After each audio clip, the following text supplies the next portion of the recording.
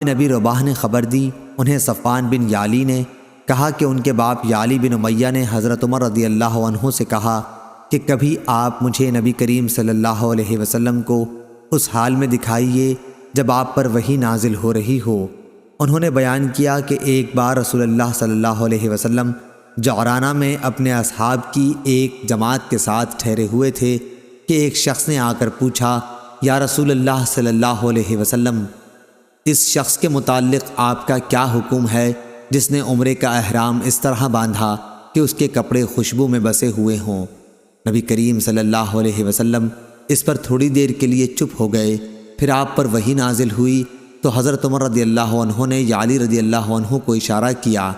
یالی آئے تو رسول اللہ صلی اللہ علیہ وسلم پر ایک کپڑا تھا جس کے اندر آپ تشریف رکھتے تھے۔ انہوں نے کپڑے کے اندر اپنا سر کیا تو کیا دیکھتے ہیں کہ روح مبارک سرخ ہے اور آپ خراٹے لے رہے ہیں۔ پھر یہ حالت ختم ہوئی تو آپ نے فرمایا کہ وہ شخص کہاں ہے جس نے عمرے کے متعلق پوچھا تھا؟